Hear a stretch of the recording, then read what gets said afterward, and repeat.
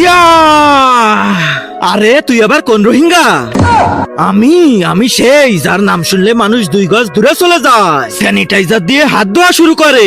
আমি হলাম সেই করোনা। আরে শালা জলদি ভাগ।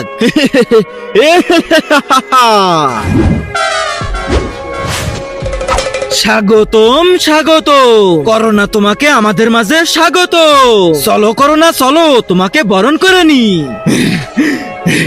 ইয়া! আরে শালা আমাকে স্বাগতম জানানো বন্ধ কর। আমাকে ভয় পা, ভয়ের চোটে দূরে চলে যা, আর না হলে করোনা আরো বেড়ে যাবে।